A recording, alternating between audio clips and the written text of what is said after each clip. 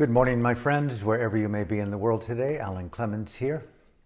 Today, October 11th, 2021.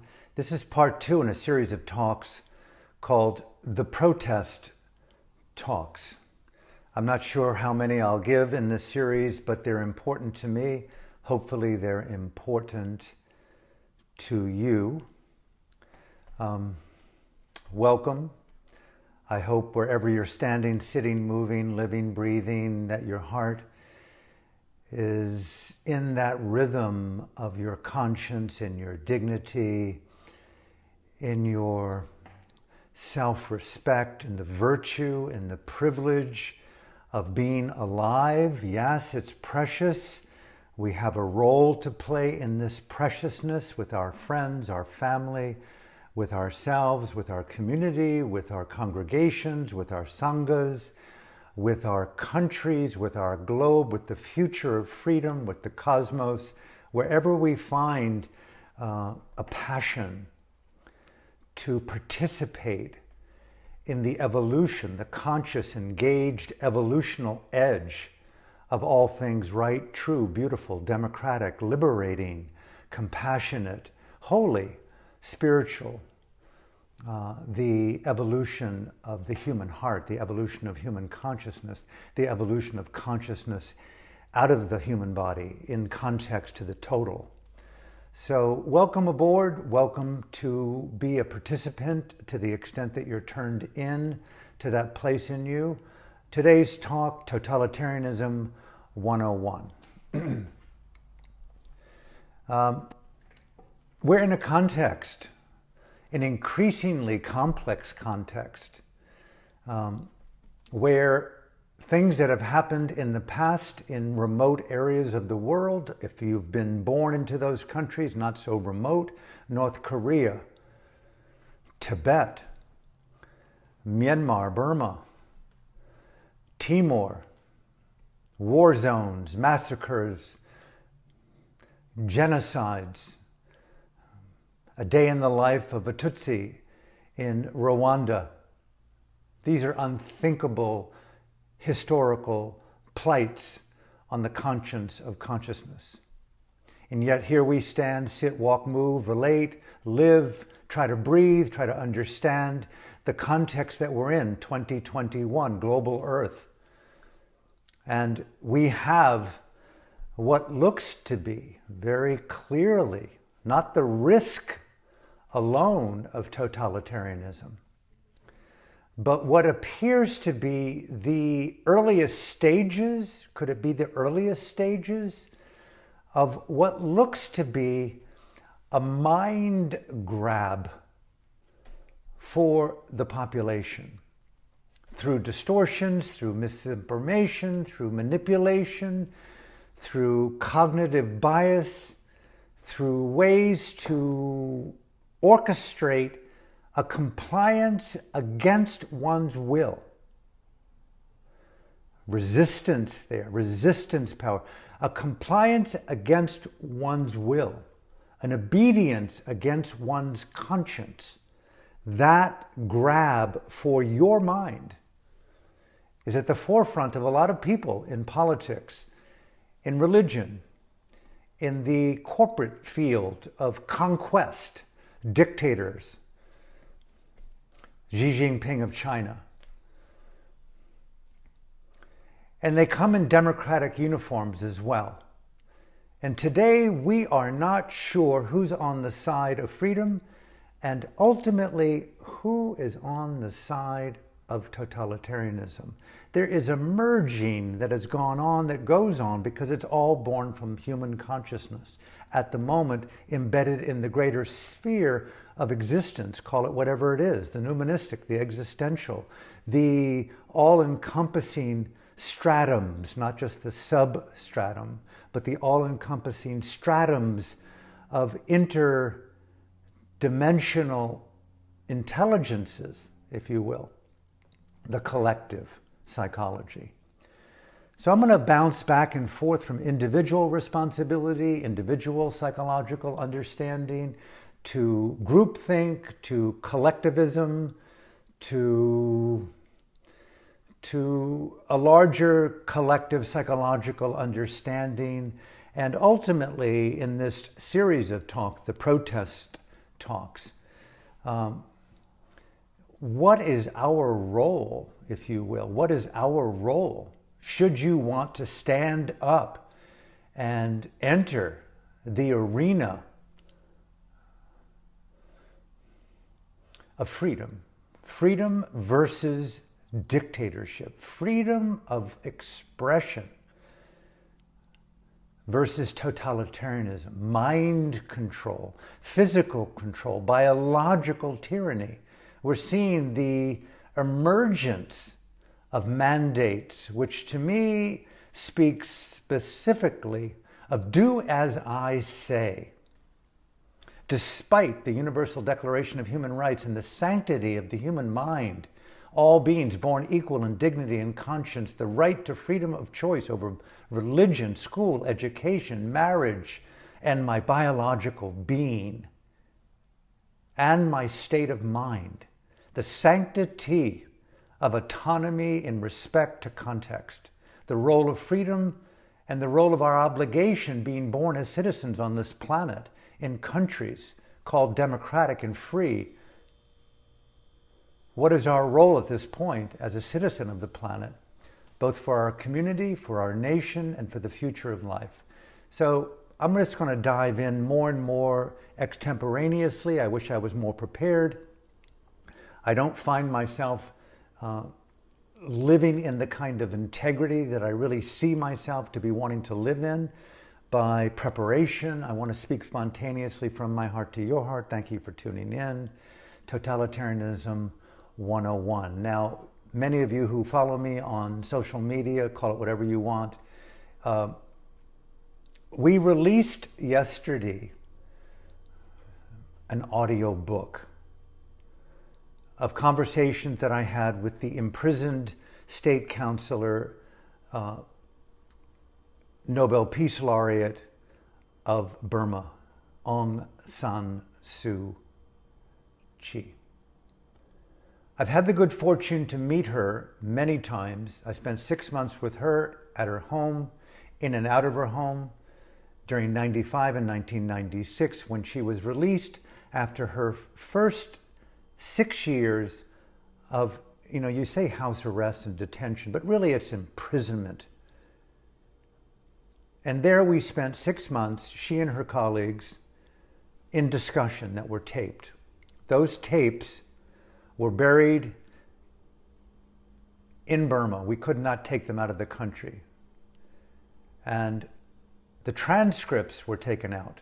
In fact, I was in touch yesterday with the woman whom I gave them to 25 years ago. And the book has been out, The Voice of Hope, a title that she brought forth, but we never had the audio book. Now, mind you, I want to forewarn you, it's not her words. She's imprisoned. She's not there at the microphone reading my part. We have the original tapes. They've been smuggled out of the country. I cannot even tell you the risk that was involved with the men and the women who did that, and to find them and to re-record them to get them out of the country, an act of incredible technological genius. We have them.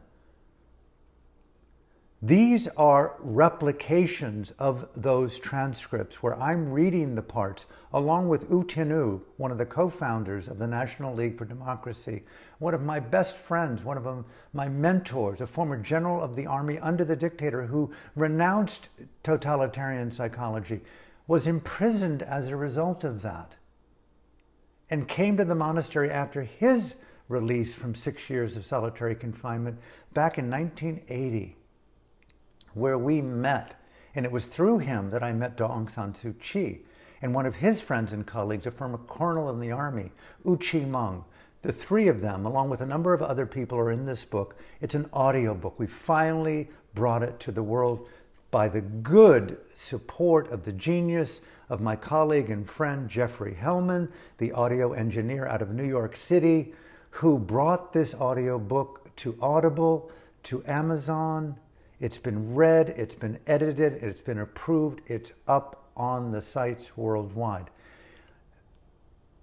Daw Aung San Suu Kyi's words, I have to say, are timeless, because they speak to timeless principles, and they couldn't be more important today than they were last year or 25 years ago. Hear this woman, an incredible ally of the soul, a Dharma practitioner, a yogi of liberation, a democratic icon, purposely vilified by the international corporate media. You cannot trust the corporate media. You can't trust the New York Times and CNN. They are running dogs for profit, for privilege, for big pharma, for Xi Jinping of China. They're a catastrophic embarrassment. As a journalistic entity, they have failed the mission of freedom of thought and freedom of press. It's a propaganda piece for big pharma, big money, the oligarchs in Wall Street and Silicon Valley, and they're not alone. BBC, CNN, so many of the corporate media around the world you can no longer trust. They are part of the problem now.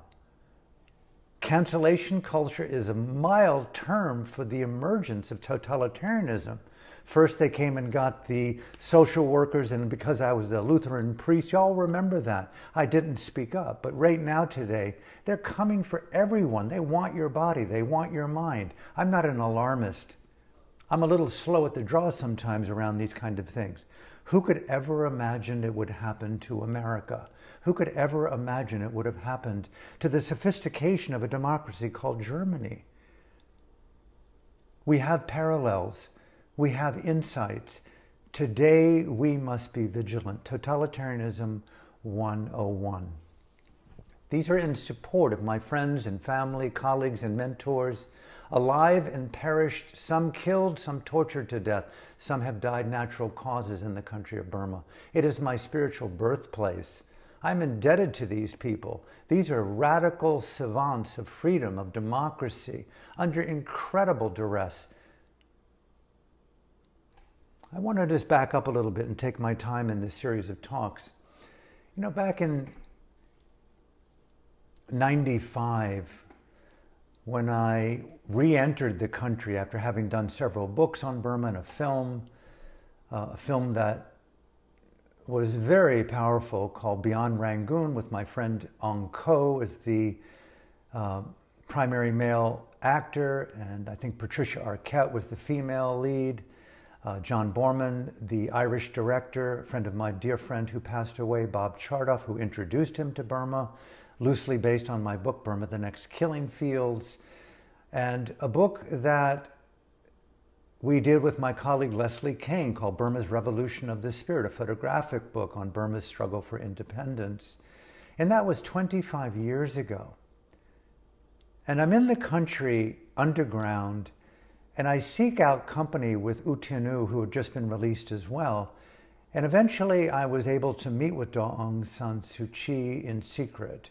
And we discussed the nature of psychology, the psychology of obedience, the psychology of revolution, the psychology of totalitarianism, the psychology of compassion in action, the psychology of love in action. When do you actually stand up and resist? When do you take up arms? When is it the right fight to use the weapon, to confront the weapon?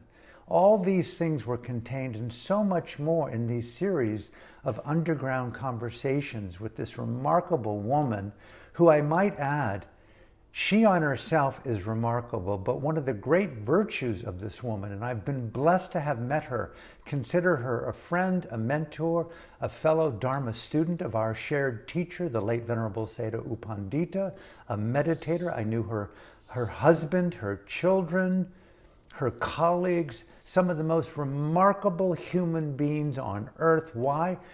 They represent, and I'm not an idealist, but they represent radical ethical spiritual courage. They stand up for values and principles even under duress, even when it costs them their freedom. They have gone to prison for their beliefs in the love of democracy. That is rad. I would never have dreamt 25 years ago that what I was associating with in that very remote area of the world called Rangoon at the time, in a country known as Burma. At that time, there were 40 million people. The cliche that was put forth, Burma is a country of 40 million hostages held against their will. Let the world know, Daw Aung San Suu Kyi told the world, we are prisoners in our own country. Who would ever imagine that would be true possibly in Europe, in France, in Italy, in Indonesia, in Australia? Ask someone in Melbourne today who could ever imagine what they're confronting with the Gestapo of their own country, their elected officials, with the army and the police force, and being vilified for the right to choose their destiny, freedom of expression, freedom of protest, freedom of religion, freedom to entertain anything they want to put in their mouth on their terms. We don't want that vaccination. And they're being vilified, imprisoned, incarcerated for this? Who could ever imagine, right? The march of totalitarianism. Australia, Taiwan, Hong Kong, China, Xi Jinping, the monster state of totalitarianism on the planet, and the running dogs in Wall Street and Washington, who are in support of totalitarianism because it's based on profit and privilege and idiocy, right? We must see that it's idiotic. And our role right now is to find that inflection point, that triggering place in our soul that moves like it does to music, but it says, nope, I refuse to participate in the machinations of domination and obedience. We must learn to rock and roll with freedom. It is time to get wild and mad and crazy and rise up in our own unique way. I'm going to speak on this over the coming days, perhaps in the coming weeks. I don't know. Hang in there. Join me in this process. If we don't stand in solidarity, we will live in the solidarity with the hypnosis of the mind control zealots in big media, big pharmacy, big government, big weapons, big war, big tobacco, bad drugs, big pharma, bad drugs. Good drugs, love, good drugs, okay? Psilocybin, good drugs, DMT, good drugs, freedom of thought, good drugs, democracy, bad drugs, sugar, killing, obedience, totalitarianism, fill in the blanks, profit, greed, stupidity, ignorance. It's the play of consciousness. That's all. We'll get spiritual as time goes on here. But I'm going back to 1995. I'm immersed in a living, breathing, terrorizing circumstances where people, where did she go? Where did he go? They disappeared. What does that mean? The Gestapo of Burma, the secret, not so secret police who live and breathe terror. Why? Who the hell knows why Hitler's arise in this strange galaxy called eternity that we're embedded in? They're disappeared. Why? Because they came out to the talk the other day at the front of my home where we spoke on the love and the preciousness of freedom. Take away a woman or a man's freedom and they suffer the greatest loss.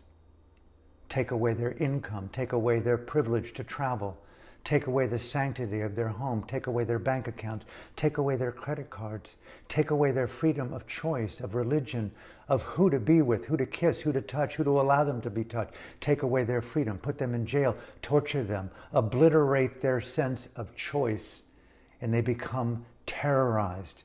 They become victims. They die. And if they don't comply, disappear. What a weird dynamic. Are we in this dynamic? I don't want to wait to see what's happening to my brothers and sisters in Burma today. It breaks my heart. And I feel proud of that break to know that my friends are being tortured.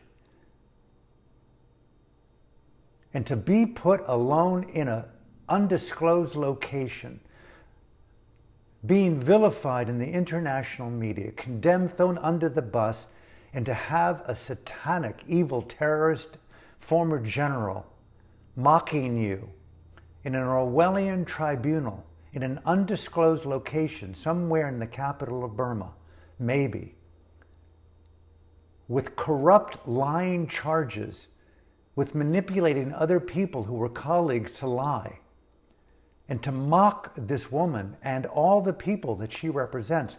The entire country adore her as Masu, Masu, Mother of Freedom. And she sits and stands in dignity. What an iconic expression of grace under pressure, of conscience and dynamic action. Talk about love of love. The purity of that, to know that you've got the stamina of heart to withstand anything at all being thrown at you internationally and through the military might of Russia and China, who give guns and support and technological knowledge to these terrorists. And we buy their products, we buy their lithium batteries, we buy their mindset. To think that you are colluding with that level of darkness? What in the hell is going on? But right now they're coming for our arms. They're coming for our children. They're coming for the frontline doctors and nurses and healthcare workers. They're coming for the firemen and firewomen. They're coming for the police forces. They're coming for our military. Dishonorable discharge if you do not comply with the mandate for us to control you. Control. Authoritarianism. Totalitarianism 101 is on the streets, it's in our hospitals, it's in our governments, it's in the media. They're coming for us. They want us. They're vilifying. They're criminalizing doctors and nurses for speaking out about the facts about the vaccination. For God's sake, what are they thinking? Profit? Control? Power? Privilege? I've seen it in Burma.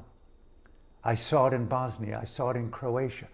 Good men and women, PhDs, sexy teachers, philosophers, psychiatrists, psychologists, kindergarten teachers can be corrupted based upon mass hypnosis, mass coercion, the manipulation of their psychological uncertainties about their own being, about their wherewithal, about profit, about money, about security, about their children's education, fear. All of a sudden we live in the anxiety. We don't know where it's coming except that we begin to believe things that are lies. And all of a sudden those distortions become truth. And all of a sudden we live in complicity, in collusion, in support of an oppressor called the liberator. Distortions of psychological understanding are well documented. We know that, but who would ever have imagined in October 2021 that they would be coming to our home, in our town, our community, our phones? Just like that, the internet goes down, Facebook goes down, yay, yay, yay, right? Okay. Twitter goes down, no, no, no, no. All of a sudden, the next thing you know, it all goes down. The next thing you know, our phones don't work, our bank accounts don't work, our credit cards don't work. Just like that, we are reduced to where we are, doing what we're doing without heat, electricity, food. Manufacturing is being interrupted worldwide. Shortages everywhere, worldwide. Just look at the most basic news coming out of England. Petroleum, food, just like that. And we're going to be coming back to what? The old normal? What was that? The hypnosis of deadbeat jobs, working for the man to make no money, to live in an abandoned world? Who the hell wants to go back to an old? When the new is so treacherous, where do we go from here? 95 and 96, I spent 6 months with these people. It was mind-blowing. Point two. My teacher at the time, who now has passed away, the late Venerable Sayadaw U Pandita, he took me aside back in the day. And we had a deep agreement of frankness. I love that about him. It wasn't always easy, but when someone is willing to be frank with you, you know you've got a friend, an ally, someone who's in solidarity to your best interest. And he said to me, you are a long-time ally of Burma, of Dhamma, of Sasana, as a yogi.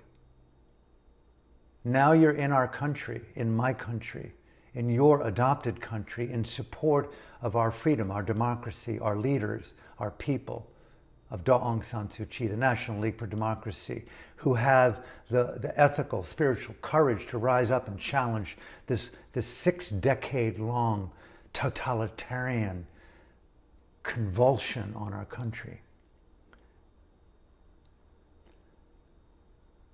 I want you to know, when you speak up, when you write, when you do media, when you do interviews, when you do whatever you do to let the world know of the plight of our people, on the value of freedom, of Dhamma, of democracy, of revolution, of the power of conscience, the universality of a global family, that we're all relatives by birth as humans, relatives by birth in democracy, relatives by birth in Dhamma.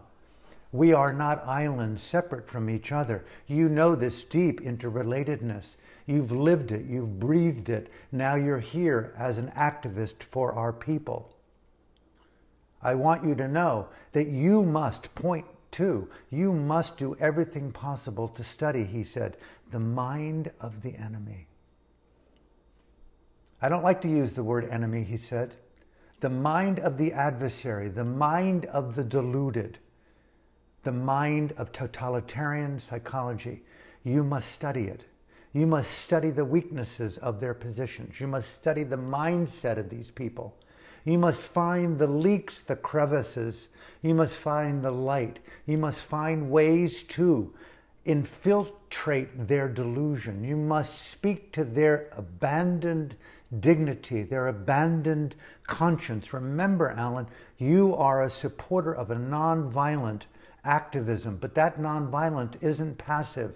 It's a huge development. It's a huge, huge, huge, deep-rooted passion for mindful spiritual intelligence and dynamic action. You must be proactive. Study the mind of totalitarianism. Thank you, Sayadaw U Pandita. Who would ever have imagined over those 2.5 decades that all of that learning, little as it was, I was an American, obviously. I had a passport, I could leave. Who would ever imagine? But I can remember talks. People have reminded me of talks way back 2 decades plus ago of thinking, imagine if totalitarianism or dictatorship came to our own country. And here it is. We are no longer under the risk of totalitarianism. We run the risk of possibly being consumed by a new order of totalitarianism. I can feel it, I can smell it, I'm not alone, you know it, I know it. We must be in solidarity. We must learn the lessons of what's happening in Burma. It's a country that has gone down the road of Tibet. Burma is the next Tibet. Burma has become a Hong Kong. It's thoroughly oppressed by China and the running dogs in the capital with Burma's former military, by Burmese generals and businesswomen and businessmen who are colluding with China and Xi Jinping and Russia. It's a satellite of those two countries now. Burma no longer exists in any way that we know it. Yes, they may win. They are giving us the strength, giving me the strength to fight on. And Sayadaw U Pandita says, 2.5 decades ago, study the consciousness of totalitarianism. And here I want to give a series of talks on protests, on what does it mean to rise up in solidarity, not just to the people of Burma or North Korea, or wherever we see dictatorship arising in the world or embedded. But this is our time to see that it's possible, that it could be everywhere, globally, and it looks to be that way. This is our time to learn what could trigger me to learn more about the machinations of totalitarianism. What could trigger me? What's that inflection point in my own consciousness that would create a sense of impassioned urgency to think out of the conformity of the collective narrative? How to intercept misinformation from truth and fact. We must be so vigilant today, and more by the hour, frankly, more and more by the day. It is closing in. There are few places that one could even trust they could fly anymore, thinking they may get stuck there. And just imagine, just as we saw recently with the collapse of Facebook and Instagram and WhatsApp and lots of other subsidiaries of other companies and corporations, just like that, a country like they've done in Burma and other places around the world, they zap the internet, zap the phone, zap our credit cards, zap our bank accounts, zap our mortgages, zap our rents. Welcome to Totalitarianism 101. It seems to be a plan in the making. It seems to be happening. It seems to be happening. I don't want to wait and see if it's true. I want to rise up proportionate to the threat. And that's why I'm going to give these talks. I want to join you, and hopefully you'll join me and bring friends in. May you share these videos. May I encourage you halfway through this talk, maybe a little bit more, please, in support of Burma, in support of freedom and democracy, tell friends about the audiobook. Listen to these timeless words on the psychology of freedom, on the power of resistance, on that inflection point of rising up in your own life wherever you are. Everyone has a voice. Everyone can do something wherever you are. Don't turn away. Don't think of your own life as individual or separate from the greater web of democracy and global freedom. This is our time. This is our moment. I know it's not a popular topic, but freedom needs to be front and center in all of our lives. Freedom of responsibility to support the freedom of other people.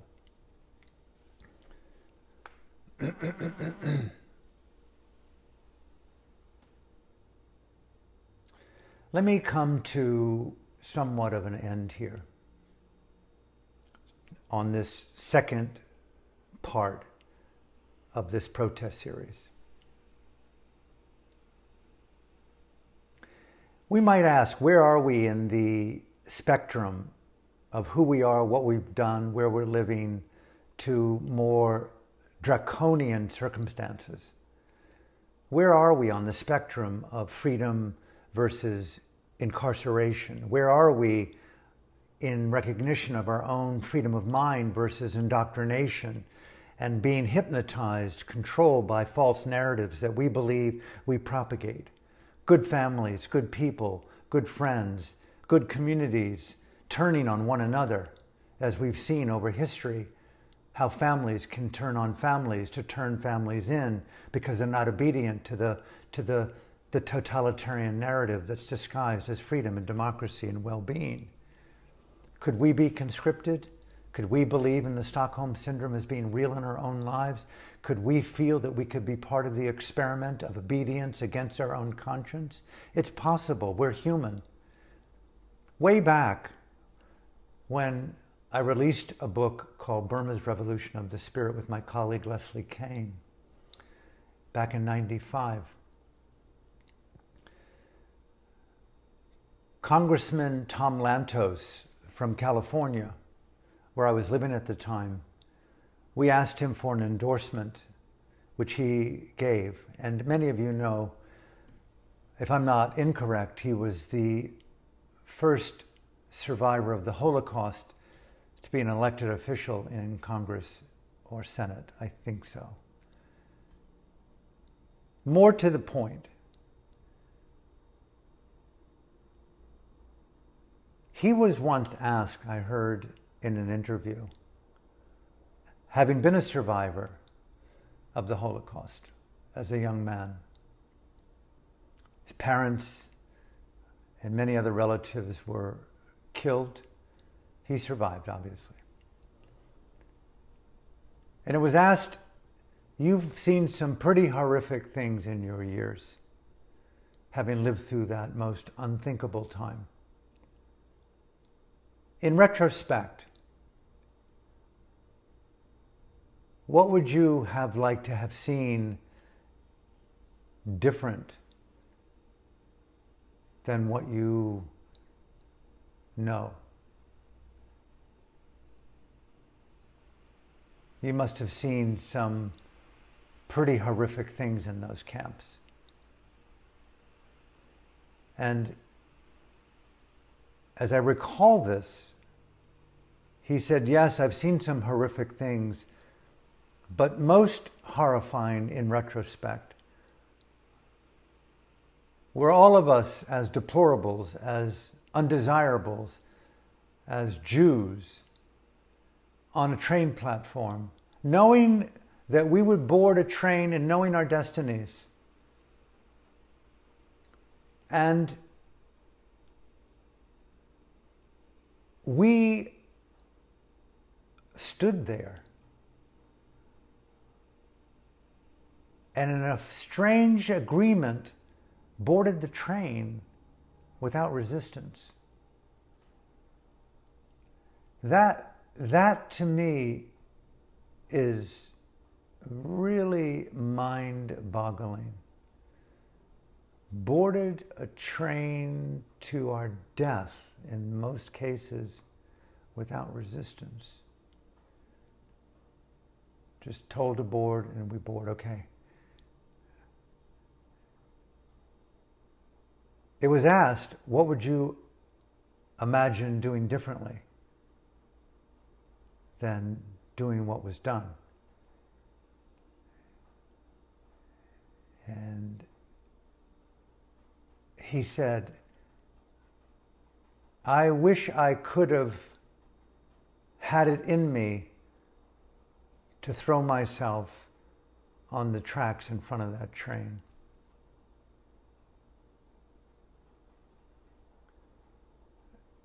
Call it an act of radical desperation, of courageous resistance, of conscience in dynamic action, something even more profound than the monks and nuns in Vietnam that immolated themselves to light the world on fire, to awaken them from the apathy and the complicity of the denigration of an entire country, with unremitting bombing and B-52s that buried a population in tunnels beneath the earth, and the horrors that we witness and we go along with the program. And I'm thinking of that today. The story of Tom Lantos, who endorsed a book 25 years ago, and here it is with Aung San Suu Kyi and friends imprisoned, talking about global totalitarianism in a series of protest talks in the circumstances that we're in a meltdown globally, where mandates are being driven by these false narratives and manipulations of data and science. And you go, oh my God, in retrospect, what would you have done differently, Alan? And all I can think about is the immolation, the throwing ourselves on the tracks in front of the train of totalitarianism. What does that look like in your life today? Study the information. Look carefully and deeply in your own soul, in your own mind, in your own heart, and ask yourself, what more could I possibly do today to inform myself and to outfit myself more vigilantly, more courageously with the necessities of action, to speak out, to act out, to inform, to disobey, to radicalize, to study the mind of the enemy, to look into the art of resistance, to read and listen to Daw Aung San Suu Kyi and all of her colleagues collectively in this audiobook. Listen to their words on what it means to live as an expression of revolution in action. Every minute of your life under totalitarianism is an act of conscience. It's an act of revolution. It's an act of democracy in dynamic confrontation with totalitarianism. It's mind-boggling that I am sitting here today witnessing an Orwellian military tribunal in Burma through media. You never read about it anywhere. Bless Rolling Stone for doing a very big feature recently on the rock and roll artists, musical people, young people out of Burma that refuse to participate in the evil. What a living, breathing example of rising up in power as protest music, protest art, protest theater, protest cinema, protest TV, protest lovemaking, protest walking, protest buying, protest abstinence from buying, protest swimming. Turn our lives into disobedience. Turn our lives, our voice, our actions into revolution. I don't want to see what I'm saying today in retrospect as being prescient. I want to see it as behind the curve. I don't care about numbers. I don't care about being canceled. I don't care about being vilified. I don't care about numbers. I don't care about views. I don't care about likes. I don't care. Do you care?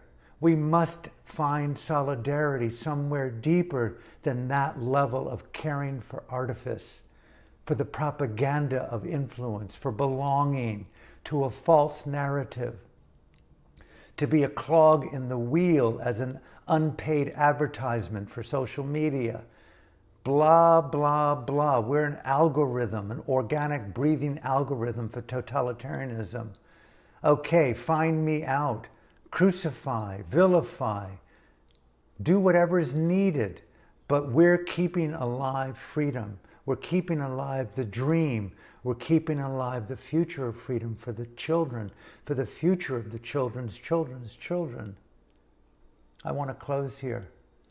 I want to invite you to invite me to invite your friends. Participate. May I encourage you, if you're listening to this, share these videos. Share them.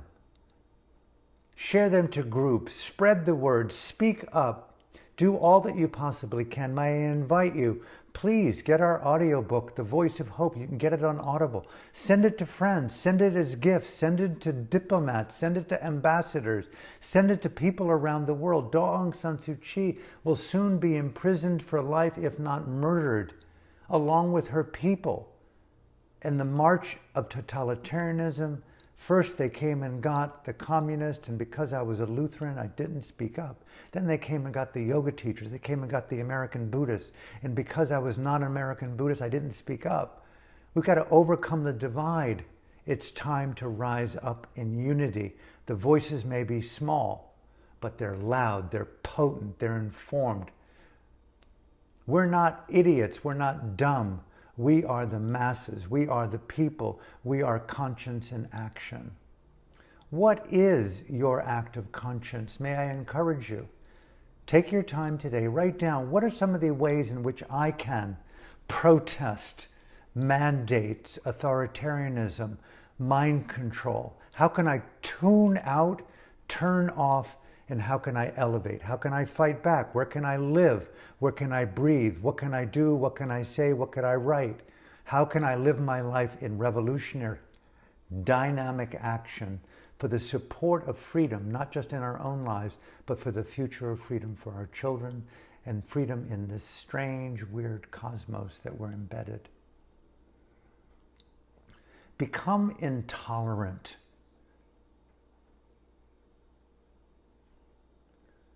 Disobey. Become liberated in your own strange, weird uniqueness. And may I end with simply, please do all that you can to spread the word of our radical mentors, friends, teachers, colleagues, and fellow democratically wild